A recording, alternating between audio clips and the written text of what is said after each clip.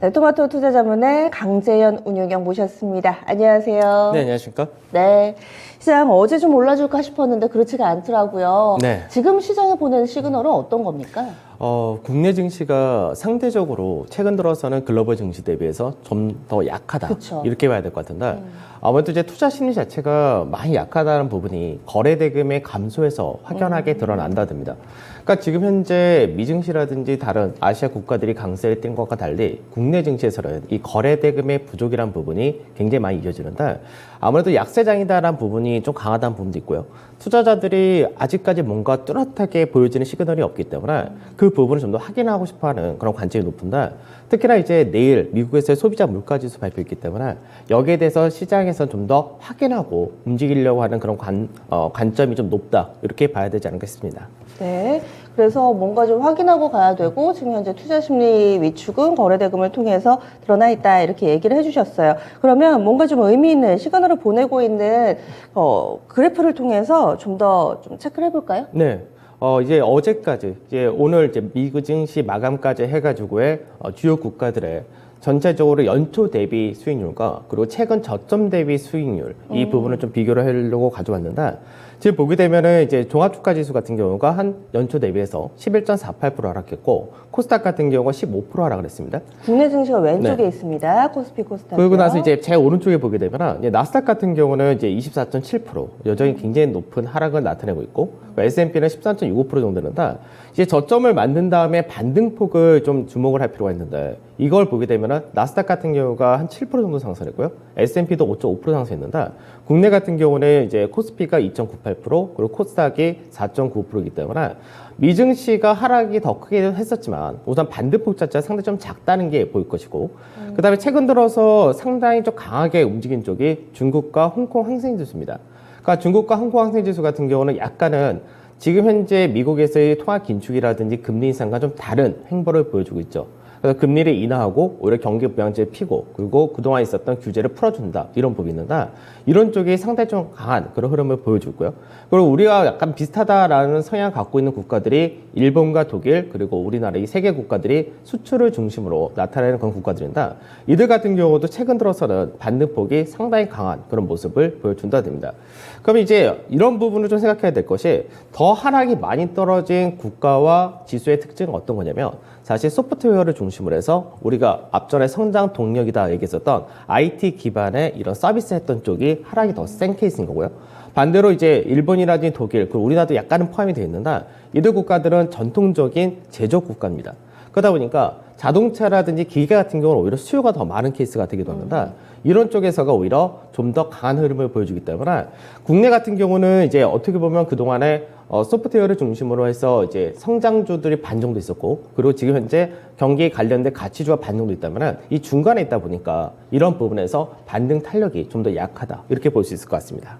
네, 그래서 다른 국가와 비교를 해봤을 때 왜 이런 흐름이 나타나는지 그 이유가 좀 더 명확하게 드러나는 것 같아요. 지금 지수상으로도 주요 레벨대 이렇게 박스권 내에 갇혀가지고 움직임이 오도 가도 좀 못하는 상황, 2700선 다시 가나 싶었는데 여기서 좀 꺾이더라고요. 네. 지금 추세가 어떻게 좀 만들어지고 있는 건가요? 그러니까 뭐 지금 현재는 특별하게 추세다라고 얘기할 수는 사실 없을 것 같습니다. 네. 어떻게 보면 이제 하단에 대한 경직성은 동일한 상태에서 상단에 대한 반등이 좀 더 열리려고 하면은 거래 대금의 증가란 부분이 필요한데 이제 5월 말에 MSCI 리밸런싱이 있었을 때 대규모의 이제 거래 대금과 더불어서 강한 상승까지 연결해 줬는데 그 이후에 연속 4거래일 동안에 약세를 보여줬었다 되죠. 그래서 이제 다시금 어떻게 보면은 2620포인트 전후라는 1월달과 3월달 저점자일 때 다시 왔다는데 여기가 지금 현재 위치는 같은 위치지만 사실 내용은 좀 많이 다르긴 합니다. 앞전에는 이제 시장에서 미증시 자체가 바닥이 확인이 안 되면서 계속 떨어졌던 구간이 있었고 달러 강세도 계속해서 이어졌었기 때문에 우리나라 원달러 환율도 올라가는 과정이 있었고요. 그리고 이제 금리 관련돼서 연준에서 스케줄도 아직 안 나왔던 시기였고 그 변동성도 굉장히 높았던 그런 시기였는데 사실 지금 현재는 변동성은 그렇게 높게 나오질 않습니다. 오늘 마감된 미증시에서도 마찬가지로 변동성 지수가 한 24 정도 되기 때문에 변동성 어느 정도 완화가 되는 국면이다. 이 부분은 거의 동일하다가 되는 거고요. 수급 역시도 최근 들어서 외국인과 기관이 그래도 지수가 저점 만든 이후로 아직까지 순매수를 유지를 해주기 때문에 많은 부분이 현재는 바뀌어져 있습니다. 다만 시장에서 탄력 있는 상승이라는 부분이 어떤 부분에서 나와줘야 된다. 이게 아직까지 좀 부족하다는 거. 그래서 시장에서는 이제 내일 발표되는 미국의 소비자 물가지수에서 인플레이션의 정점이 나왔느냐, 이걸 한 번 더 확인하고 싶어하는 그런 마인드도 있고요. 그 외적으로 국내 자체적인 반등을 할 수 있는 트리거가 좀 더 나와야 되지 않을까, 이렇게 보고 있습니다. 지금 CPI 계속 강조해 주시는데 몇 달 연속해서 계속 8%대 나왔잖아요. 네. 이번에 시장 전망치 어떤가요? 지금도 전망치가 그게 사실 좋지는 않습니다. 그러니까 최근 들어서 뭐 유가가 올라가듯이 에너지 가격이라든 이런 것들이 현재 꺾이는 모습이 아니라 오히려 더 그렇죠. 올라가는 모습이고, 그 다음에 사실 앞전에도 이제 CPI가 발표되었을 때 시장에서 이제 4월달 지표가 5월달 발표했을 때 그때도 들었던 말씀이 미국의 현재 CPI 구조를 보게 되면은 사실 크게 꺾이기가 너무나 어려운 케이스.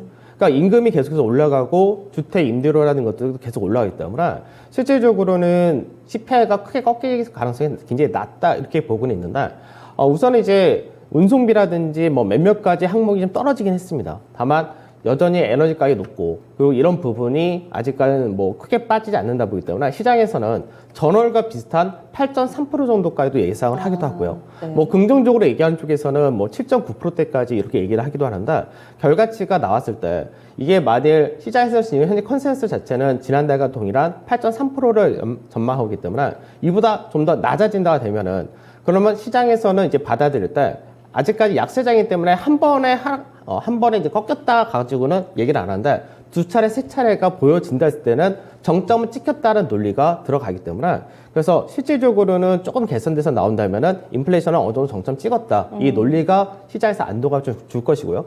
그렇지 않고 그대로 8.3%라면은 지금의 현재 국면과 큰 차이가 없다, 그렇죠. 이렇게 보셔야 될 것 같습니다. 조금이라도 좀 줄기는 줄어야지 시장에 좀 도움이 될 텐데 내일 좀 보셔야 될 것 같습니다. 그리고 국제 유가도 지금 물가 상승에 상당히 좀 중요한 한 몫을 하고 있는데, 간밤에도 국제 유가가 오른 데다가 이런 상황 속에서 또 글로벌 IB 간밤에 나왔던 소식을 하나 봤더니 190달러까지 오른다고 전망하는 쪽도 있더라고요. 190이면 거의 200달러 육박이라는 건데, 유가 계속 이렇게 오르는 흐름 이어질까요? 우선은 이 유가가 지금 현재 상단이 어디까지 나올지는 사실 예상이 굉장히 어려운 내용이고요. 사실 전망치에 따라서 200불 얘기하는 데도 있고, 어떤 데는 이제 150불 얘기하는 데도 있고, 그러니까 여러 가지 전망이 있기 때문에 그 부분은 사실 여러 가지 여건 정도 봐야 되는데, 우선 확실한 거는 크게 빠지기가 어렵다는 구조는 동일할 것 같습니다.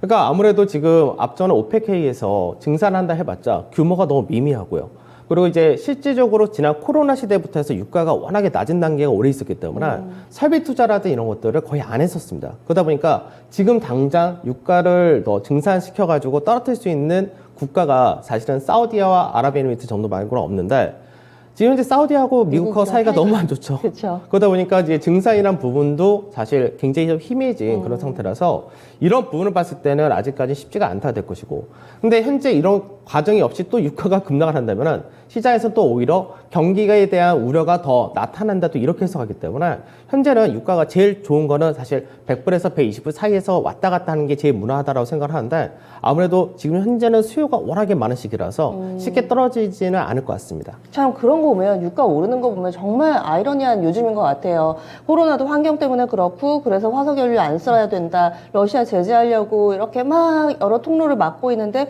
오히려 천연가스 가격도 오르고 하면서 러시아 제재도 그다지 뭐 효과 있는 것 같지도 않고, 일단은 좀 악순환은 만들어져 있는 상황입니다. 하지만 시장이 이런 가운데서도 신고가 기록하는 종목군들 보면 뭐 방산이라든지 S-오일도 연일 신고가 쓰고 있고 그렇더라고요. 그러니까 이제 시장에서 지금 이제 아까 제가 주요 국가별 등락을 보여드렸던 게 왜 그러냐면, 지금 어떻게 보면은 이제 국가별로도 각자 도생을 약간 하려고 하는, 서로 간에 좀 더 어떻게든 물가를 억제시키려고 하고 그런 과정이 있는데, 그 안에서도 증시도 우리나라도 마찬가지지만 지수는 멈춰있는 듯하지만 이 안에서도 강세를 띄는 쪽은 여전히 강세를 띄고 52주 신고가도 나타나고 이런 과정이 있습니다.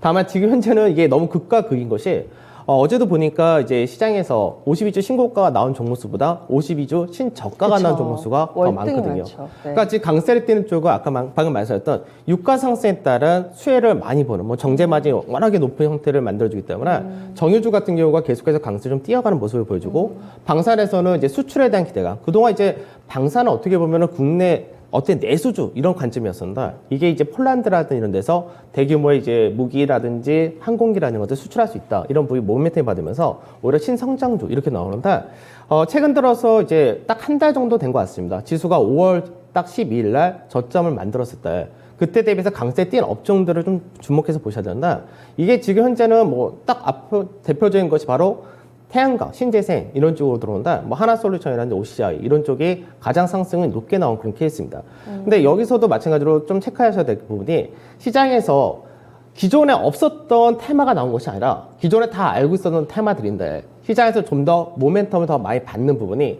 중간에 이슈가 들어온 부분도 있겠지만 실제로는 자산 가치가 싼 종목들이 굉장히 부과를 많이 받습니다. 그러니까 이건 왜 그러냐면 우리가 이제 인플레이션이다라고 하면은 처음에는 원자재만 주로 생각을 하거든요. 근데 원자재만 생각하다가 원자재 어느 정도 올라오고 나면은 그 다음에 뭐가 될까를 많이 생각하게 되는데 그렇죠. 이렇게 될 경우 인플레이션 시대이기 때문에 자산주가 약간은 곽강을 받는 그런 모멘텀이 들어옵니다. 그래서 예전에도 2000년대 중반에도 자산주가 한번 굉장히 강하게 맞아요. 움직인 적이 있었는데 지금도 약간 비슷한 양상이다 생각 좀 하셔야 될 것 같습니다. 그 다음에가 이제 강세된 것이 이제 한국항공우주, 아까 뭐 현대, 롯데 이런 수출 관련된 방산주입니다. 이쪽은 이제 어떻게 보면은 밸류적인 부분에서 좀 부담이 될 수가 있겠지만 어떻게 그동안에 주목 못 받던 성장주로 어떻게 주목을 받다 보니까 좀 더 강하다 정도 되고요. 그다음 SK이노베이션도 굉장히 강했었는데 최근 들어서 2차 전지 우리가 보통 셀을 얘기하면은 LG에너지솔루션, 그다음에 삼성 SDI 그리고 SK이노베이션 이 세 개를 얘기하는데 지금 현재 흐름을 보게 되면 좀 재밌습니다. LG에너지솔루션은 계속 박스권에 갇혀 있고 삼성 SDI는 하락한 반면에 SK이노베이션은 굉장히 가파른 상승을 했다가 되죠. 그러면 이게 시장에서는 그전에는 같은 2차 전지였지만 본업에 대한 부분이 부각이 되는 거죠. SK이노베이션은 정유를 본업을 하고 있기 때문에 이쪽이 부각이 된 거고 삼성 SDI 같은 경우는 IT가 본업이기 때문에 오히려 반대되는 케이스가 된 거죠. 그러니까 시장이 어떻게 보면 조금 까다롭다라고도 볼 수 있는데 그만큼 업종 내에서도 종목을 이제 선별하는 기준이 많이 까다로워졌다. 근데 그 안에서 좀 더 그나마 힌트를 좀 드리자면은 자산 가치가 싼 종목이 상당히 좀 부과를 많이 받는다. 그래서 실제로 상승한 순위를 보게 되면은 LS라든지 LG라든지 그리고 LG 화학과에도 같이 포함시켜야 되는데 이들 같은 경우는 자회사 모멘텀이 있거든요. 네. 그래서 특히나 이제 앞전에 한국조선해양이 현대중공업 지분을 매각함으로써 신규 사업을 추진한다. 이 부분이 한번 이슈가 되면서 그때부터 이제 다음 달 되면 LG에너지솔루션이 보호예수 기간이 끝나기 때문에 LG에너지솔루션에는 지분을 많이 갖고 있는 LG화학이 최근 더 주목을 많이 받는 것이 지분 매각 가능성 이 부분인 거고 그 다음에 LG 같은 경우도 자사주 매입이 있고요.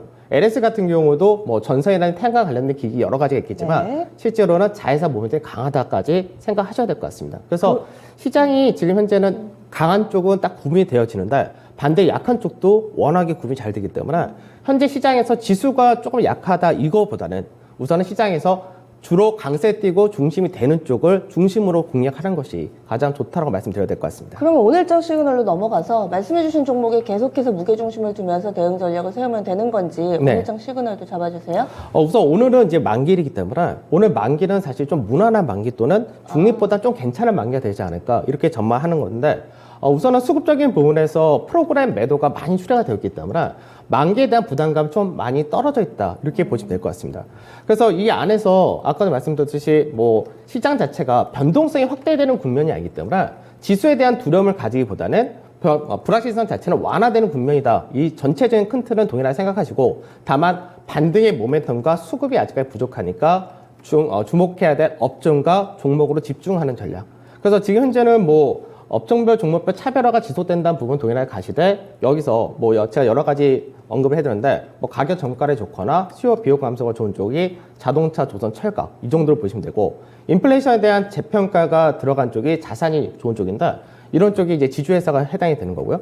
리오프닝 관련해서도 현재는 면세와 소비만 관련된 쪽만 가신 것이 좋을 것 같습니다. 그래서 백화점과 면세점 같이 연결시켜서 보시면 될 것 같고 그 다음에 에너지 관련해서 신재생 관련된 태양광이라든지 수소 그리고 뭐 한국가스공사도 여기에 해당이 되겠지만 이쪽에서는 약간 숨고르게 할 때 공략하신 쪽으로 하시고 그다음에 낙폭과대는 이제 아까 NC소프트 같은 경우도 상당히 반응을 많이 한 케이스인데 밸류가 이제 한 15% 정도로 많이 낮춰졌습니다. 그러니까 이제 낙폭과대에서도 밸류적인 부분이 부담스럽지 않은 쪽 정도 이렇게 공략하신 것이 좋을 것 같습니다. 게임 슈퍼가 15배면은 많이 빠지긴 많이 했네요. 빠졌죠. 네.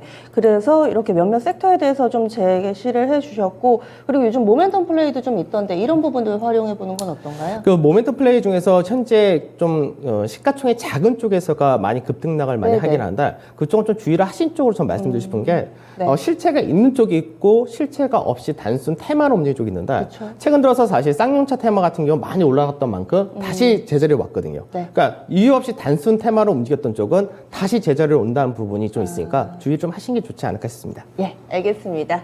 오늘 마켓 시그널 못다한 이야기는 저녁 9시에 유튜브에서 라이브 공개 방송 펼칩니다. 유튜브 검색창에 토마토 투자 자문 혹은 토마토 증권통 쳐주세요. 그러면 저녁 9시에 강재현 운용역 만나보실 수 있습니다. 지금까지 마켓 시그널 토마토 투자 자문의 강재현 운용역과 함께했습니다.